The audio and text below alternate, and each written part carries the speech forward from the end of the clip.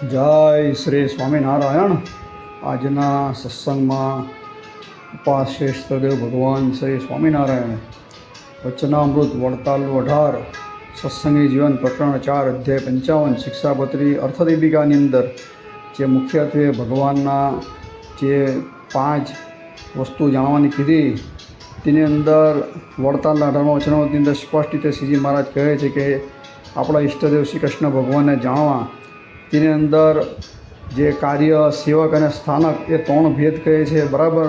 કંઈ પ્રત્યક્ષ અને પરોક્ષની બી વાત કરીએ તેમાં જે સ્થાનકનો જે ભેદ છે તેની વિસ્તારથી ચર્ચા ભગવાન શ્રીજી મહારાજે સત્સંગી જીવનની અંદર કરેલી છે। એટલે આનું કાંઈ રહસ્ય આ વચનામૃતનું કાંઈ જાણવું હોય વિશેષ કે ભાઈ સ્થાનકના હિસાબે જે મૂર્તિનું બહુ ઘણું કીધું, પણ શ્રીજી મહારાજ સ્પષ્ટ રીતે કહે છે કે ભગવાનની ઉપાસનામાં ભેદ ક્યારે પણ જાણવાની જાણશે તે વચનદ્રોહી છે અને ગુરુદ્રોહી છે, આવા શબ્દ પણ ભગવાને આ વડતાલના 18મા વચનોની અંદર વાપરેલા છે। તો આપણે વચનદ્રોહી ન થઈએ અને ગુરુદ્રોહ ન થઈએ તે માટે ખાસ આ સત્સંગી જીવન 4થું પ્રકરણ 55મા અધ્યાય વાંચો, તેની અંદર રહસ્ય સમજાવેલું છે ને આ વસ્તુ સતાનંદ સ્વામી શિક્ષાપતિ અર્થદીપિકાની અંદર પણ લખેલી છે। તો બધું લેવા જઈએ તો વિડીયો મોટો થાય એટલે આપણે ફક્ત આ સત્સંગી જીવન પર આપણે વિશેષ ભાર મૂકશું। તો ભગવાન શ્રીજી મહારાજ પોતાના જે 2 દત્ત પુત્ર હતા, એટલે કે આદિ આચાર્ય શ્રી રઘુજી મહારાજ અને આદિ આચાર્ય શ્રી બરાબર અયોધ્યા પ્રસાદજી મહારાજ, એ બેને પૂછવાથી આ સંપ્રદાયની ઉદ્ધવ સંપ્રદાયની સેવા રીતિ ઉત્સવ રીતિને બધો બોધ આપે છે।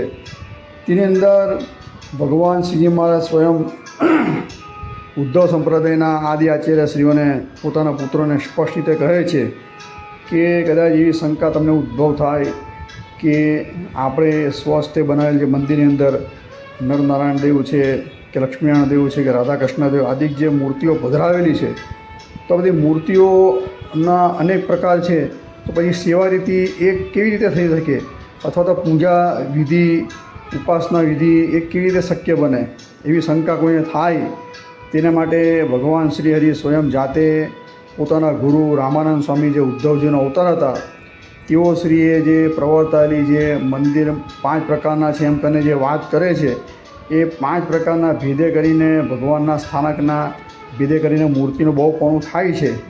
પણ મૂર્તિ તો વસ્તુતા એક જ છે, ઉપાસનાની રીતિ એક જ છે, ભગવાન એક જ છે એવું સ્પષ્ટ રીતે આ લોકો આ ઉપસાની અંદર આ અધ્યાયની અંદર કહે છે। હવે આની અંદર આ સત્સંગી જીવનની અંદર જે 5 જે ભેદો કીધા તે વસ્તુ વડતાલ 18મું વચનામૃત આપણે જોઈએ તો સ્થાનક ભેદની અંદર 4 ભેદ કહે છે। તેમાં ભગવાન શ્રીજી મહારાજનો જન્મ મથુરામાં થયો તેની વાત કહે છે, પછી મથુરાથી ગોકુળ વૃંદાવન ગયા તે બીજા નંબરની વાત કહે છે, પછી ત્યાંથી ભગવાન શ્રીજી મહારાજ દ્વારકા આવ્યા અને હસ્તિનાપુર, એમ કરીને 4 ભેદ જ બતાવે છે। જ્યારે આ સત્સંગી જીવન 4:55ની અંદર મથુરાને 2 વાર લેવામાં આવેલું છે બરાબર, એટલે એક ક્રમ વધી જાય છે। એટલે સ્વયં જ્યારે પોતે પોતાનો જન્મ બતાવે છે કે ગોલોક ધામાધિપતિ સાક્ષાત પોતે અષ્ટાવરણની બહાર આવેલું, તેમાંથી અહીં પોતાનું પ્રગટપણું બતાવે છે, દેવકી તકી બરાબર એનો જન્મ બતાવે છે। તો આની અંદર સ્થાનકમાં મથુરા પહેલું સ્થાનક, પછી બીજું સ્થાનકની અંદર જોઈએ તો ગોકુળ વૃંદાવન લેવું, પછી પાછા મથુરામાં આવે ભગવાન બરાબર, અને પછી દ્વારકા જાય છે અને પછી હસ્તિનાપુર। તો આ બધા સ્થાનક ભેદના હિસાબે ભગવાનના અનેક લીલા, પછી સેવકો એના હિસાબે ભગવાનના અનેક નામો થાય છે કે અનેક રીતે મૂર્તિની ઉપાસનાની રીતિની અંદર બધા ભેદો દ્વિભુજ કે ચતુર્ભુજ કે અષ્ટભુજ આદિ જે ભેદો છે એના હિસાબે અમુક માણસો મૂર્તિમાં ભેદો માને છે, તો ભગવાન શ્રીજી મહારાજ સ્પષ્ટ રીતે ના પાડે છે બરાબર।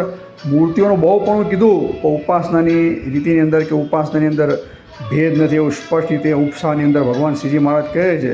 તો ભગવાન શ્રી કૃષ્ણ નારાયણ ઉદ્ધવ સંપ્રદાયના ઈષ્ટદેવ એમનો મથુરામાં જન્મ બતાવે છે, ત્યારે તેમને વાસુદેવ નામથી પણ ઓળખવામાં આવે છે બરાબર, પછી નવનીધર નામથી ઓળખવામાં આવે છે, પછી ભગવાન શ્રીજી મહારાજને બાલ મુકુંદ નામથી પણ ઓળખવામાં આવે છે।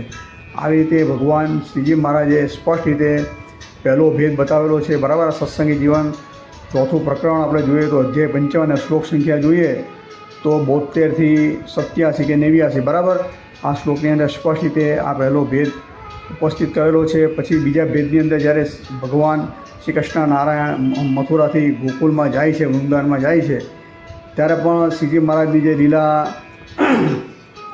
એટલે સ્થાનકના હિસાબે બધા જે ભેદો થાય છે બરાબર, તો એની અંદર રાધા કૃષ્ણ દેવ, પછી આપણે આગળ જોઈએ તો ગોપીનાથ, આ બધા જે ભેદો છે બરાબર, એની મૂર્તિઓ પછી ભગવાન શ્રીજી મહારાજે પાછી પધરાવેલી છે। પછી રાધિકાપતિ લખવામાં આવેલું છે બરાબર, આ પછી મદન મોહન અને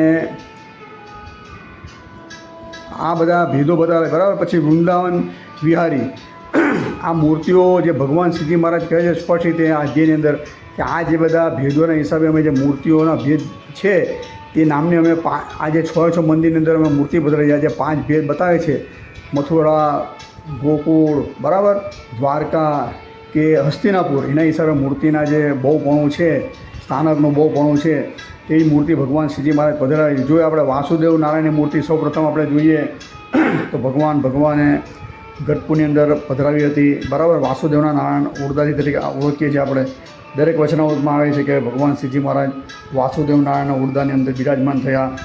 અને સંપ્રદાયનો સૌથી મોટો જે અન્નકૂટ ઉત્સવ ભગવાન શ્રીજી મહારાજે અહીં જ કર્યો હતો ને એ વાસુદેવ નારાયણની મૂર્તિ હાલની અંદર ગઢપુરની અંદર બિરાજમાન છે।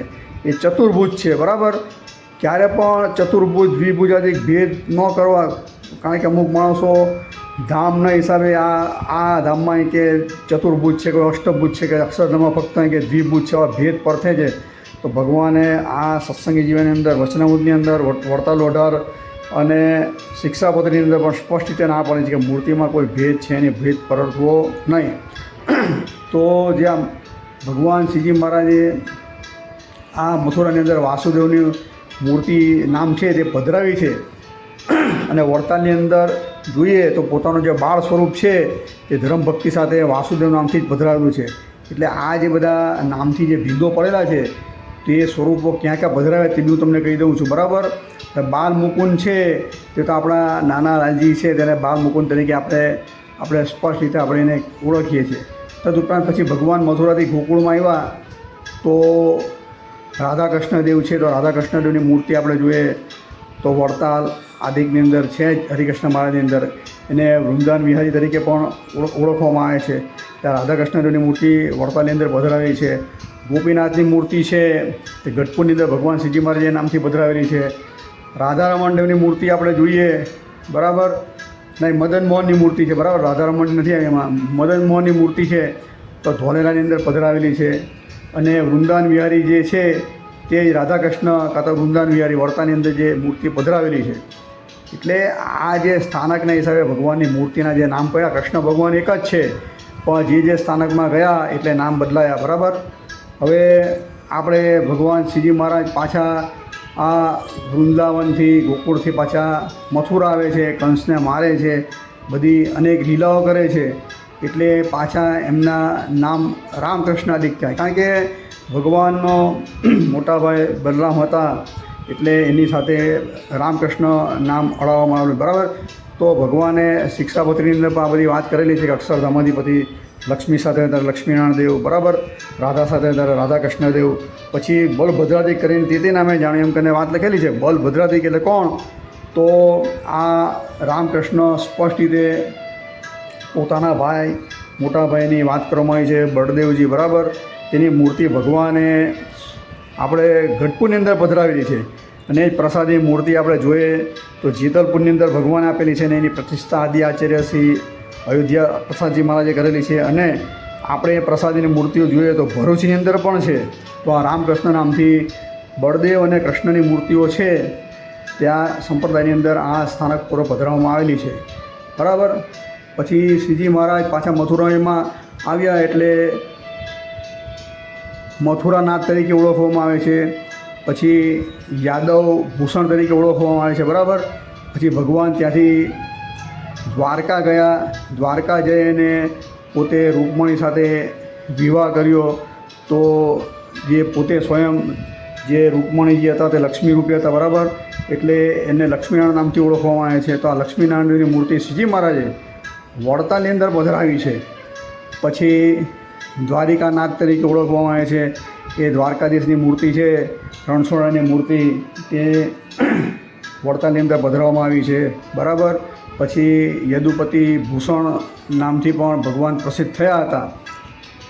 આ દ્વારકાનું થયું ચોથા નંબરનું. પાંચમા નંબરનો ભગવાન દ્વારકાથી પાંડવોના સ્નેહના હિસાબે પાંડવોની રક્ષા કરવાના માટે હસ્તિનાપુર પધારે છે. તો હસ્તિનાપુર પધારે છે તો પોતાના જે નરશ્રેષ્ઠ એવા અર્જુનજી છે, બરાબર, તો પોતાના સખા અર્જુનની ભક્તિને વશ થઈને ભગવાન શ્રીજી મહારાજને જે દ્રૌપદી હતા એ દ્રૌપદીના જે શરણાગત વત્સલપણાના ભાવથી ભગવાન સ્વયં શ્રી કૃષ્ણ નારાયણ ગોલોક વિહારી ભગવાન હસ્તિનાપુર પધારે છે. તો તેમનું નરનારાયણ નામ પણ ત્યાં પ્રસિદ્ધ છે. બરાબર. તો નરનારાયણ દેવ છે તેની મૂર્તિ આપણે જોઈએ તો વહેલી વાર કાલુપુર અમદાવાદની ભગવાન શ્રીજી મહારાજે પધરાવી. શિખરબન મંદિર જોઈએ, સૌ પ્રથમવાર મૂર્તિ કોઈ પધરાવી હોય, બરાબર, તો વાસુદેવ નારાયણની મૂર્તિ ગઢપુરની અંદર પધરાવીને શિખરબન મંદિર બાંધી અને સૌ પ્રથમ કોઈ મંદિર બાંધવું એની અંદર કોઈ મૂર્તિ પધરાવી હોય તો કાલુપુર મંદિરની અંદર નરનારાયણ દેવ પધરાવી. આટલો ભેદ જાણો. બરાબર. અને પછી નરનારાયણથી અમદાવાદની અંદર પણ મૂર્તિ પધરાવી છે. એટલે એમાં ચતુર્ભુજ છે. બરાબર. હવે અમુક જગ્યાએ આયુધ આવશે, અમુક જગ્યાએ આયુધ ન હોય, એ દરેક ઉલ્લેખ આની અંદર કરવામાં આવેલો છે. અમુક જગ્યાએ ભગવાનના પાર્ષદ હોય છે, અમુક જગ્યાએ નથી હોતા.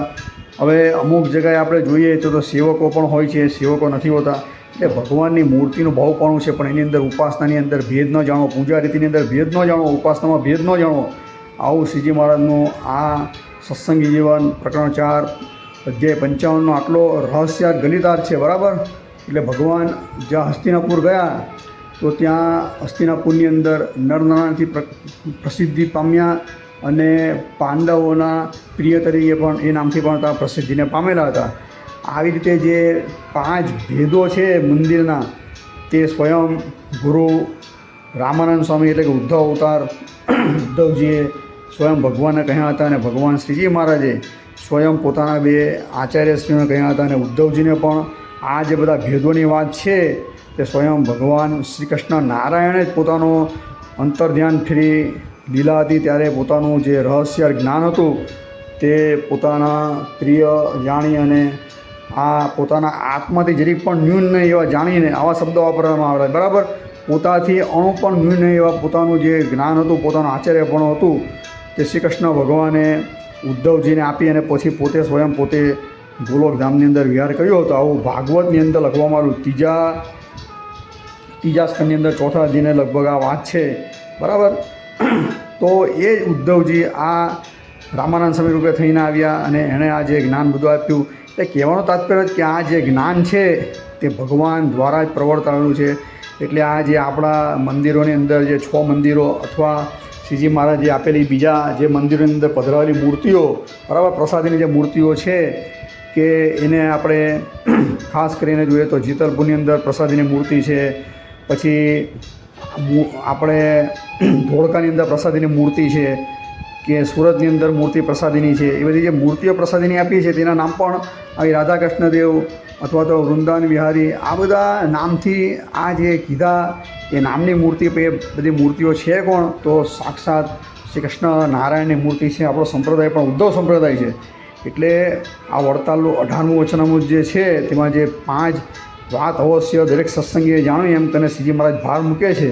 તેમાં આ જે 5મા નંબરની જે વાત આપણા ઈષ્ટદેવને ઓળખવા તેની અંદર સ્થાનક, કાર્ય અને સેવક આવા 3 ભેદ પાડે છે. પછી પ્રત્યક્ષ અને પરોક્ષ રૂપે પણ કહે. તેમાં જે 3 વસ્તુ જે કીધી તેમાં આ વિસ્તારથી આ સત્સંગી જીવન 4થું પ્રકરણ 55મો અધ્યાય આ ખાસ વાંચજો.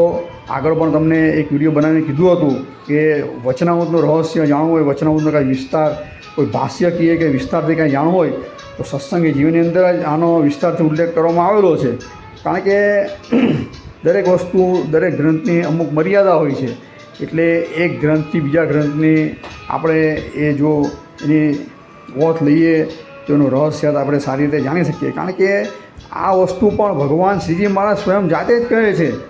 વચનામૃતની અંદર ભગવાન શ્રીજી મહારાજ કહે છે અને 4 નંદ સંતો એનું સંકલન કરેલું છે. તેમ સત્સંગી જીવન ગ્રંથ પણ આપણા ઉપાસ્ય ઈષ્ટદેવ ભગવાન શ્રીજી મહારાજે જ બોલ્યા છે, તેની નોંધ સતાનંદ સ્વામી લીધેલી છે. અને આ ગ્રંથ શ્રીજી મહારાજે જાતે જોઈ તપાસેલો છે, બરાબર. સિક્કો સહી સિક્કા મારેલા છે, પ્રમાણરૂપ કરેલો છે. એટલે આ પણ મહાપવિત્ર ગ્રંથ જ છે. એટલે આની અંદર ક્યારે પણ શ્રીજી મહારાજે જે ભગવાનના આપણા જે મંદિરો બનાવેલા છે એની અંદર આજે કહેવાતા કેટલાક વિમુખ, ખૂણિયા, બંડિયા, ઢૂંઢિયા, જ્ઞાન ધરાવનારા બધા મોટા ભેદો પાડીને ઊભા રહે છે. અમુક કહે છે કે ભગવાને આ બધી મૂર્તિઓ પધરાવી, નરનારાયણને, લક્ષ્મીનારાયણને, ગોપીનાથને બધી. એ તો અહીં કે બહારના લોકોને અહીં કે આકર્ષણ કરવા માટે અહીં કે પધરાવી છે. પછી અહીં આવે, સાધુનો સમાગમ કરે, પછી સાધુની વાત જાણે ને પછી સર્વોપરી પણ એનું સિદ્ધ સમજાય ને. એટલે એના માટે અહીં કે આ મૂર્તિ ભગવાને પધરાવી છે. આવી રીતે ગપ્પોડી વાત કરે, બરાબર. આવા કોઈ શાસ્ત્રમાં લખ્યું જ નથી, બરાબર. લખ્યું હોય તો પ્રમાણ આપે કોઈ પણ માણસ, બરાબર. આવા કહેવાતા બંડ જ્ઞાની સાધુઓમાં આ વાતમાં આવવું નહીં. કારણ કે આપણા મુખ્ય પ્રબંધ શિક્ષાપત્રી સત્સંગી વચનામૃત આની અંદર કોઈ પણ ઠેકાણે આ વાત લખવામાં આવી નથી. આ તો ફક્ત આ લોકોએ ઉપજાર કરી દેવા જ છે. જો આવું આપણે માનીએ તો ભગવાન સ્વામિનારાયણનું સર્વોપરીપણાની અંદર બાદ આવે, મોટો દોષ આવે. કેમ દોષ આવે? કે શ્રીજી મહારાજે પણ કે જો પોતાનું સર્વોપરીપણું સિદ્ધ કરવું હોય તો લક્ષ્મીનારાયણ દેવ છે કે નરનારાયણ દેવ છે આદિની મૂર્તિ પધરાવી, એના દ્વારા લોકોને આકર્ષણ કરી અને પછી સંત કહે તો સર્વોપરીપણું હોય કે હું ભગવાનનું મનાઈ લોકોને આ બધી વાત કરવી કે ભગવાનના સર્વોપરીપણાની અંદર બહુ મોટો દોષ આવીને બાદ આવીને ઉભો હોય. કારણ કે ભગવાન સ્વયં સર્વોપરી હોવા છતાં પણ એને નરનારાયણ કે લક્ષ્મીનારાયણ કે ગોપીનાથ આદિનો ઓત કે સહારો લેવો પડે છે લોકોને આ મંદિરમાં લાવવા માટે. આ મૂર્ખાઓ બધી વાત જાણતા નથી, આગળ પાછળનો વિચાર કરતા નથી. એટલે આવા ખોટા આવા લવારા જાહેરની અંદર કરે, બરાબર. અપશબ્દો કે અપશબ્દો, આવા ખોટા વાક્ય બોલવા એ ભગવાનનો દ્રોહ જ છે. અમુક માણસો કહે છે કે સમાધિ પ્રકરણની અંદર જે શ્રીજી મહારાજે બધી મૂર્તિઓ બતાવી હતી તે કે આની અંદર પધરાવી છે કે છ મંદિરની અંદર, એનું પણ ખંડન થઈ ગયું. એ કોઈ પણ જગ્યાએ એવો ઉલ્લેખ છે જ નહીં. આ ફક્ત ને ફક્ત સ્પષ્ટ રીતે આ સંપ્રદાય ઉદ્ધવ સંપ્રદાય છે. ઉદ્ધવજી કોણ હતા? તો રામાનંદ સ્વામી, બરાબર, એ રૂપે આવ્યા. અને જે શ્રી કૃષ્ણ ભગવાન છે તે સાક્ષાત શ્રીજી રૂપે થઈને આવ્યા. તો ભક્ત ચિંતામણીની અંદર નિષ્કુળાનંદ સ્વામી લખેલું છે, ઉદ્ધવ તે રામાનંદ રે કે શ્રી કૃષ્ણ તે શ્રી હરિ રે, એમ કરીને આખી એક ચોપાઈ છે. એટલે સાક્ષાત દેવકીનંદન શ્રી કૃષ્ણ છે તે શ્રીજી મહારાજ રૂપે થઈને આવ્યા અને ઉદ્ધવજી હતા તે રામાનંદ સ્વામી રૂપે થઈને આવ્યા. અને આ કંઈ કલ્પિત વાત નથી, બરાબર. શ્રી હરિદિગ્વિજય 42મો ઉલ્લાસ વાંચી લેજો. એની અંદર નિત્યાનંદ સ્વામીએ બહુ મોટા પ્રબળ પ્રમાણથી આ વાત સિદ્ધ કરેલી છે. હું છાતી ઠોકીને મુક્તાનંદ સ્વામી વટપટન બરોડાની સભાની અંદર આ વાત સિદ્ધ કરે છે કે દેવકીનંદન શ્રી કૃષ્ણનો બીજો અવતાર શ્રીજી મહારાજ છે. એમ કે આ વાત આની અંદર સિદ્ધ કરે. એટલે આ બધા જે ખોટા ભેદભાવ આ લોકો ફૂટપટી લઈને કૃષ્ણથી શ્રીજી મહારાજ જુદા અને બધી જે ખાઈઓ ઊભી કરે છે એના કોઈ પણ જગ્યાએ આ કોઈ પણ તાળા મળતા આવતા નથી, બરાબર. બહુ મોટા શાસ્ત્રની અંદર બાદ આવીને ઊભા રહે, વિરોધાભાસ આવીને ઊભા રહે છે. એટલે મુમુક્ષુઓ ખાસ આ બધી વસ્તુ પર ધ્યાન કેન્દ્રિત કરવું, બરાબર. એટલે મેં તમને વારંવાર કીધું, જો 5 વસ્તુ જાણવા ભગવાન શ્રીજી મહારાજ પહેલું જ કે આપણો સંપ્રદાય ઉદ્ધવ સંપ્રદાય છે તેની રીતિ જાણવી. અહીં કે આ મેં તમને રીતિ કીધી ભાગવતની, બરાબર, કે શ્રી કૃષ્ણ ભગવાને પોતાનાથી અણુ પણ ન્યૂન નહીં એવા. એટલે આમાં અણુ પણ ન્યૂન નહીં એટલે શું કે ગુણે કરીને પોતાનાથી ન્યૂન નથી એમ માનવું, બરાબર. હવે એની વાત કોઈ વાર વિસ્તારથી આપણે કરશું જ્યારે એનો પ્રસંગ આવશે ત્યારે. આ બધી રીતિ છે. એટલે આપણો સંપ્રદાય છે શ્રી કૃષ્ણ નારાયણથી, બરાબર, એની લિંક છે. અને આ વસ્તુ શ્રી હરિદિગ્વિજય પહેલો અને બીજો ઉલ્લાસની અંદર આ વસ્તુ લખાયેલી છે. અને એ વસ્તુ ભક્ત ચિંતામણી પહેલું પ્રકરણ વાંચજો, તેની અંદર પણ આ જ વસ્તુ લખેલી છે. નિષ્કુળાનંદ સ્વામીએ છેક છેડા ગોલોક અષ્ટાવરણની બહાર ગોલોકની મધ્યવાળા અક્ષરધામની અંદર અડાવેલા છે. ત્યાંથી પહેલો અવતાર નરનારાયણ રૂપે થયા એ અડાવેલો છે.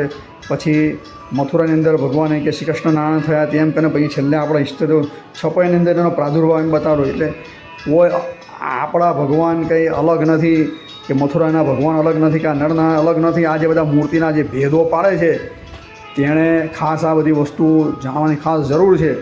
શ્રીજી મહારાજ બધામાં એકતા બતાવે છે, જ્યારે આ લોકો દરેક વસ્તુની અંદર ખોટા ભેદો ઊભા કરી અને લોકોને ભ્રમિત કરી રહ્યા છે. આપણા 6 મંદિરમાં મુખ્ય જે દેરાની અંદર જે છ મૂર્તિઓ જે પધરાવવામાં આવી છે 6 મંદિરની અંદર મુખ્ય દેરાની અંદર તે આપણા ભગવાન શ્રીજી મહારાજ અક્ષરધામાધિપતિનું મૂળ રૂપ જ છે. બરાબર. એની અનેક વાર ચર્ચા કરી છે, એના અનેક પ્રમાણો પણ આપેલા છે, અને એક અલગથી એક સ્વરૂપાદ્વૈત નામનો એક અલગથી વિડીયો બનાવવાનો જ છે. બરાબર. એની અંદર દરેક પ્રમાણો આપવામાં આવશે, દરેક વસ્તુ દરેક પાછા નવેસરથી આપણે સમજશું. પણ આ જે વસ્તુ છે તેમાં જે ભગવાન શ્રીજી મહારાજ સ્વયં જાતે જ શંકા ઊભી કરે છે કે ભાઈ આ જે મંદિરો બનાવ્યા અમે, બરાબર, તેની અંદર નરનારાયણ છે કે નરનારાયણ છે કે લક્ષ્મીનારાયણ છે કે રાધારમણ છે કે ગોપીનાથજી મહારાજ છે કે મદન મોહન છે, આવા અનેક જે નામથી અમે મૂર્તિ પધરાવી, તો પછી સેવા રીતિ કેવી રીતે હોઈ શકે, પછી સેવા રીતિ કે સેવાની સામગ્રી કે ઉપાસના રીતિ કેવી રીતે એક હોઈ શકે, આવું પોતે હું શંકા કરીને પછી ભગવાન શ્રીજી મહારાજ પોતાના ગુરુ રામાનંદ સ્વામીના હું આધાર લઈને એના વચન લઈને 5 ભેદ જે મંદિરના કીધા, એની અંદર આ બધી વસ્તુ સમજાવી. કઈ વસ્તુ સમજાવી પાછું એક વાર તમને કહું છું કે ભગવાન શ્રી કૃષ્ણનારાયણ જન્મ મથુરાની જેલની અંદર ત્યાં તેના નામ જે કીધા, બરાબર, વાસુદેવાદિક એ નામની મૂર્તિઓ પધરાવી છે તે વાત કરી. પછી ત્યાંથી ભગવાન ગોકુળ વૃંદાવન ગયા, ત્યાંની બધી મૂર્તિઓની વાત કરી છે ગોપીનાથ આદિકની. પછી ભગવાન ત્યાંથી પાછા મથુરામાં આવ્યા, તેમાં રામકૃષ્ણ આદિકની મૂર્તિઓ પધરાવી છે તેની વાત કરી. પછી ત્યાંથી દ્વારકા ગયા, ત્યાં લક્ષ્મીનારાયણ આદિકની મૂર્તિ. પછી ત્યાંથી હસ્તિનાપુર ગયા, બરાબર, ત્યાં નરનારાયણ એટલે અર્જુન છે તે નર અને નારાયણ એટલે ભગવાન સાક્ષાત શ્રી કૃષ્ણ ભગવાન આ નરનારાયણનો અવતાર જ છે. બરાબર. શ્રી કૃષ્ણ અને અર્જુન એવું ભાગવતની અંદર બહુ વાર લખાયેલું છે, અને વચનામૃતની અંદર પણ આ વાતની ચર્ચા કરવામાં આવેલી છે. એટલે કાંઈ વચનામૃતના કાંઈ વિશેષ અર્થ જાણવો હોય, બરાબર, તો સત્સંગીજન ગ્રંથ અનિવાર્ય જાણવો જ પડે. તેના ઉપર જે 2 ટીકા થયેલી છે સુકાનંદ સ્વામી અને વિહારીલાલજી મહારાજની, ચૂડામણી આચાર્ય શ્રી વિહારીલાલજી મહારાજે પણ સરસ ટીકા કરેલી છે. સુકમુનિ તો ભગવાન શ્રીજી મહારાજનો જમણો હાથ હતા, અને આ ટીકા રચતા સુકમુનિ સ્વયં પોતે જાતે કહે, સુકમુનિનો અવતાર એવા સુકાનંદ સ્વામી, કે આ ટીકાનું જે રહસ્ય હતું તે સતાનંદ સ્વામી મને જે કીધું હતું એ પ્રમાણે હું આના દરેક જે શ્લોક છે તેની વ્યાખ્યા કરું છું. એટલે સતાનંદ સ્વામીએ જે પણ રહસ્ય હતું તે સમગ્ર સુકમુનિને કહ્યું હતું. એ સુકમુનિએ આ સમગ્ર એના પર ટીકા કરેલી છે. મહાપ્રસાદીનો આ ગ્રંથ છે, તો આ રહસ્યાર્થ તમને કીધું, બરાબર. એટલે આ માણસો મંદિરના બધા ભેદો પાડે છે. અમુક તો મેં એવું પણ વાંચ્યું, એવા કાલ્પનિક કેવા હાસ્યાસ્પદ દ્રષ્ટાન આપે છે કે આપણે એમ કે કાલ ઉપર મંદિર ઉતરા અને આપણે એમ કહીએ કે ભાઈ નરનારાયણ દેવના મંદિર લઈ જા, ત્યાં કે પેલો માણસ અહીં કે પૂછવાય કે ભાઈ નરનારાયણનું મંદિર ક્યાં, પણ આપણે જો આપણે એમ કહીએ કે ભાઈ તું સ્વામિનારાયણ મંદિર લઈ જા, તો આપણે કે કાલુપુર નરનારાયણ મંદિરના કે શું છે આંગળામાં લઈને ઊભો રાખે. એટલે આ મંદિર ભલે નરનારાયણ છે પણ સ્વામિનારાયણ નામથી ઓળખાય છે, એમ કરીને મોટા ભેદો પાડે છે. તેવા કહેવાતા પંડિત મન્યમાનોને આ બધી વસ્તુ ખાસ જાણવી, બરાબર. એટલે ભગવાન એક જ છે. આ નરનારાયણ આદિની મેં વાત કરી તમને. સત્સંગી જીવન 4થું પ્રકરણ 25મો અધ્યાય ખાસ વાંચજો કે નરનારાયણ ઋષિ કોણ છે, એની ઓળખ ભગવાન શ્રીજી મહારાજે સ્વયં આપેલી છે. એટલે સત્સંગી જીવનની અંદરથી જ આ બધા રહસ્ય સમજાશે. બાકી તમે કલ્પિત વાતોની વાત લઈને એમ માનશો કે સત્સંગ જીવન ગ્રંથની અંદર તો ભગવાને મુરલી ગાલી છે અને ઉપાસના બગાડી નાખી, ના તેને આ બધી વાત પાયા વગરની છે ને જ કલ્પિત જે ગુણાતીતાનંદ સ્વામીની વાતો તેની અંદર એમ કહેવામાં આવ્યું કે સર્વોપરીપણું તો હરિલીલા કલ્પતરુની અંદર કે લખાયેલું છે. હરિલીલા કલ્પતરુ હોય, ભક્ત ચિંતામણી હોય, શ્રી હરિ દિગ્વિજય હોય કે કોઈ પણ ગ્રંથ હોય, પણ મુખ્ય જે ઉપોદ્ઘાત જે છે રચાયો ઉપોદ્ઘાત એટલે કયો, તો બદ્રિકાશ્રમની અંદર જે દુર્વાસાદિકને શ્રાપ થયો તેની ભેળા જે નરનારાયણ ઋષિને પણ શ્રાપ થયો તે જ અહીં શ્રીજીમાં જ રૂપે થઈને આવ્યા. ને જે બધો આખો ઉપોદ્ઘાત છે એ સત્સંગીજીની અંદર જે છે તે વસ્તુ ભક્ત ચિંતામણીમાં પણ લખવામાં આવી છે, શ્રી હરિલીલા કલ્પતરુને પણ લખવામાં આવી છે, બરાબર. આ લોકો જે સર્વોપરીનો ગ્રંથ લઈને જે ખોટા ફાંકા મારી રહ્યા છે કે ભાઈ સત્સંગી જીવનની આજે તો કેટલાક કહેવાતા ધૂળિયાઓ સત્સંગી જીવનની 400 વાર કથા કરીને આ કરીને જે બળાઈ મારતા હતા, આવું કોઈ રહસ્યાર તો કહેતા નથી ને. એને તો અત્યારે સત્સંગી જીવન ગ્રંથ અભળાએ ચડી અને આ હરિલીલા કલ્પતરુમાંથી બંધ ચાલુ કર્યો છે નવો સંપ્રદાયની અંદર. પણ સ્પષ્ટ રીતે આ બધા પાછળથી ક્ષિપક થયેલા બધા બંધ છે, બરાબર.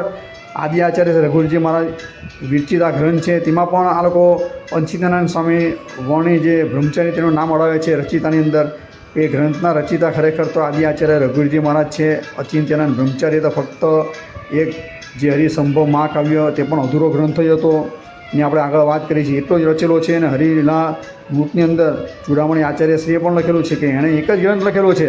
તો પછી આ લોકો હું પાયા વગરની કલ્પિત પોતાની વાતો અડાવે છે. અને હરિલીલા કલ્પતરુની અંદર સ્પષ્ટ રીતે આદિ આચાર્યશ્રી લખે છે કે જે લીલા સત્સંગી જીવનની અંદર સંક્ષિપ્તથી વર્ણવી છે તે લીલાનો વિસ્તાર હું અહીં કરું છું. એટલે સત્સંગી જીવન ગ્રંથને આ બેને કડી છે. જ્યાં લગીને સત્સંગી જીવન ગ્રંથ ન હોય ત્યાં લગીને હરિલીલા કલ્પતરુ પણ તમને ન સમજાય. ને આ જેટલા પણ સર્વોપરીના નામે બધા જે કલ્પિત જે અધ્યાય અંદર પાછળ ક્ષેપક થયેલા છે, ભગવાન શ્રીજી મહારાજની જ્યારે મરજી હશે ત્યારે જાહેરની અંદર આ વસ્તુ આવશે જ. હરિલીલા કલ્પતરુ જ્યારે છપાયું ત્યારના તત્કાલીન આચાર્યશ્રી એક સમિતિ બનાવી હતી વડતાલના, અને તેના કહેવાતા સંતોએ 18 થી 20 પાના ભરી અને આ સમગ્ર આની અંદર ક્યાં આ બધા શું છે મૂળ સંપ્રદાયના ગ્રંથિ ભેદભાવ ઊભા થયેલા છે એ તારે છપાયો હતો. અને ત્યાંના માસિકની અંદર પણ આ જાહેરની અંદર આ કાગળ રજૂ કરવામાં આવ્યો હતો. તો આવા જે ગ્રંથની અંદર પાછળથી ઉમેરાયેલા કે સંપ્રદાયના સિદ્ધાંતથી વિરુદ્ધ જે બધા અંશો એ બધાનું સંશોધન કર્યા એના હાલની અંદર 2 સ્થાનક પ્રાઇવેટ જગ્યાએથી છપાયા છે આ ગ્રંથ. આ મૂળ આપણા સંપ્રદાયની વાત કરું બરાબર, એમાં કોઈ પણ જગ્યાએ આ લોકોએ આવું કોઈ પણ સંશોધન કર્યા વગર આડેધાડ છાપી અને મુમુક્ષુઓને ખોટી દિશામાં ભ્રમિત કરી રહ્યા છે બરાબર. એ તો મેં એના હરિલીલા કલ્પતરુના 1-2 વિડીયો બનાવ્યા તેની અંદર સ્પષ્ટતા કરેલી જ છે બધી. એટલે આપણું મુખ્ય જે પ્રબંધ છે સત્સંગી જીવન, કે શ્રીજી મહારાજે સ્પષ્ટ રીતે કહેલું છે કે આ પ્રબંધથી જ જે મુમુક્ષુ જીવ છે તેનું કલીની અંદર એટલે કલિયુગ ચાલે અત્યારે બરાબર, એટલે કલી કીધું એની અંદર કલ્યાણ કરનારો કોઈ શાસ્ત્ર હોય, સર્વોપરી શાસ્ત્ર હોય તો સત્સંગી જીવન ગ્રંથ જ છે. હરિલીલા કલ્પતરુ સારો જ ગ્રંથ છે, એમાં અમને કાંઈ પણ સંશય નથી. પણ હરિલીલા કલ્પતરુની અંદર પણ વિષ ભરેલું છે. જેમ અમૃત હોય, અમૃત સમૂહ ખીર હોય તેની અંદર 2 ટીપા જો ઝેર પડે તો સમગ્ર અમૃત જેવું જે ખીર છે તે પણ કેવું થઈ જાય, વિષ તુલ્ય થઈ જાય. એટલે કહેવાતા આસુરીમતીના લોકોએ આવા મોટા જે સારા પવિત્ર ભગવાનના ચરિત્રરૂપ જે ગ્રંથ તેની અંદર પણ બધા પોતાના મનસ્વી જે સર્વોપરી અવતાર ખંડનવાળા અધ્યાયો નાખી અને આ બધા ભેદભાવ ઊભા કરેલા છે. આ મારા ઘરની વાત નથી કરતો બરાબર. જાહેરની અંદર સાધુઓ આવે મેદાનની અંદર, અને જે આજથી વર્ષો પહેલાં જે આની ઉપર સંશોધન થયું હતું, પહેલી વાર હરિલીલા કલ્પતરુ ગ્રંથ બહાર પડ્યો હતો બરાબર, ત્યારે શ્વેત વૈકુંઠ શાસ્ત્રી કે વડતાલ હતા, પણ તેના બધા કહેવાતા વડવાઓ ગુરુઓ તેનો સંપર્ક અક્ષર પુરુષોત્તમ સંસ્થા સાથે હતો જ. અને તેમની આર્થિક સહાયતાથી જ પહેલી વાર આ ગ્રંથ શ્વેત વૈકુંઠ શાસ્ત્રીએ બહાર પાડ્યો હતો. અને એમાં સંપ્રદાયમાં બહુ મોટો હોપો થયો. એટલે આચાર્યશ્રીએ તરત પોતે વિદ્વાન સંતોને બોલાવીને એની સમિતિ બનાવીને આ ગ્રંથ ઉપર સંશોધન કાર્ય કરાવ્યું હતું. અને આ સમગ્ર રિપોર્ટ 18 થી 20 પાનાની અંદર રજૂ થયા હતા. એ કાગળ ખાસ અત્યારે પ્રકાશમાં લાવવાની જરૂર છે કે કયા ઠેકાણે કયા સ્થાનકની ઉપર ક્યાં શેપક છે કે ક્યાં શું જે શાસ્ત્ર વિરુદ્ધ અર્થ છે તે તત્કાળ ખબર પડે મુમુક્ષુને. એટલે આટલું ખાસ બરાબર જાણવાની જરૂર છે. એટલે આ આપણે એક લીટીમાં કહીએ આ પ્રવચનનો ફલિતાર તો ભગવાને જે વડતાલના 18મા વચનામૃતની અંદર કે શિક્ષા પદ્ધતિની અંદર કે આ સત્સંગની અંદર જે વાત કરી છે કે ભગવાનના સ્થાનકના હિસાબે ભેદ જાણવા. હવે આ કૃષ્ણ ભગવાનની વાત થઈ તે આપણે ભગવાન સ્વામિનારાયણના સ્થાનક પર ઉપર પણ આપણે લઈ શકીએ છીએ બરાબર. ભગવાનનો છપૈયામાં જન્મ થયો, ત્યાં ભગવાનને ઘનશ્યામ નામથી પણ ઓળખતા હતા. પછી ભગવાન ધીરે ત્યાંથી છપૈયાથી અયોધ્યા ગયા બરાબર. પછી ત્યાં વર્ણિ વિશે ઓળખાયા વન વિચરણ કરતાં પછી લોજ આવ્યા. પછી ગુરુ રામાનંદ સ્વામીએ સહજાનંદ સ્વામી નામ આપ્યું, પછી નારાયણ નામ આપ્યું. તો આ બધા નામની મૂર્તિઓ પણ આપણા મંદિરની અંદર પધરાવવામાં આવી જ છે. પછી શ્રીજી મહારાજે સ્વયં પોતે ફરણીની અંદર સ્વામિનારાયણ નામ આપ્યું, એની સુખસૈયાની મૂર્તિને સ્વામિનારાયણ નામથી આપણે ઓળખીએ છીએ. એટલે આ જે પ્રમાણે આ ભેદ છે તેવા આ ઘનશ્યામ મહારાજ એટલે સામે આપણા ઈષ્ટદેવમાં પણ આ પ્રમાણે જાણવા એ અલગ નથી અવતાર, બીજો કૃષ્ણનો બીજો અવતાર છે. પણ આપણે આપણા ઉપાસ્ય ઈષ્ટદેવ તરીકે આપણે પ્રતિવતાની ભક્તિ તરીકે જો આપણે દાખલા તરીકે કોઈ એમ નરનાનું ધ્યાન કરે, કોઈ હરિકૃષ્ણમાનું ધ્યાન કરે, કોઈ વાસુદેવનું ધ્યાન કરે તો એની પ્રાપ્તિમાં કોઈ ભેદ નથી. આ કોઈ મારા ઘરના વાક્ય નથી બરાબર. આપણે શ્રી હરિદિગ્વિજયની અંદર નિત્યાનંદ સ્વામીએ જ્યારે વડતાલની પ્રતિષ્ઠા થઈ ત્યારે આનું સ્પષ્ટીકરણ કરેલું જ છે. એટલે કોઈ પણ ધ્યાન ઉપાસના કોઈ પણ મૂર્તિનો કરો પણ પ્રાપ્તિમાં કાંઈ ભેદ નથી. હવે દાખલા તરીકે હું મારી વાત કરું તો ભાઈ મને આરામપરા મંદિરની અંદર અમુક માણસને નારાયણદેવની મૂર્તિ પસંદ છે, તો કોઈને હરિકૃષ્ણ મહારાજની, કોઈને સુખસૈયાની, તો કોઈને રાધાકૃષ્ણની પ્રસાદની મૂર્તિ પસંદ છે, તો કોઈને શ્રીજી મહારાજે જે બાલમુકુંદ નામના જે નાના લાલજી આપ્યા તે પસંદ છે. પણ અમને ઘનશ્યામબાની મૂર્તિમાં વધારે હેત છે, પ્રેમ છે. તો અમે ઘનશ્યામબાનું ધ્યાન ભજન કરીએ છીએ. તો અલગ અલગ જે મૂર્તિઓનું ધ્યાન ભજન કરીએ એનાથી કંઈ પ્રાપ્તિમાં કાંઈ ફેર ન પડે. આ બધા ભગવાન સ્વામિનારાયણના સ્વરૂપ કીધા મેં તમને, બરાબર. ઘનશ્યામ મહારાજ શું, હરિકૃષ્ણ મહારાજ શું, કે સુખ સૈયા શું, કે લાલજી શું. ભગવાને પહેલી વહેલી સુરતમાં આ જે બધા પરમહંસો આવ્યા ત્યારે આપેલા પ્રસાદીના લાલજી તરીકે આપણે ઓળખીએ. બાલ મુકુંદ. કોઈ પણ ધ્યાન ભજન કરો, પ્રાપ્તિ એક જ છે, બરાબર. એની વાત પણ મેં ઘણીવાર કરેલી છે. એટલે આ રીતે ક્યારે પણ ભગવાનની મૂર્તિમાં હું આ લોકો બધા ભેદ પાડે, ઉપાસનામાં ભેદ પાડે છે ને એની પ્રાપ્તિમાં પણ ભેદ પાડે છે. તો ભગવાન સ્વામિનારાયણ તેને વચનદ્રોહી કીધેલો છે, બરાબર. ગુરુદ્રોહી કીધેલો છે. તો આપણે આવા ગુરુદ્રોહીને વચનદ્રોહી ન થવું હોય તો આવા જે મૂળ વાક્ય છે તે પકડવા. આ પ્રવચનને વિરામ આપીએ જ. અસ્તુ. જય શ્રી સ્વામિનારાયણ.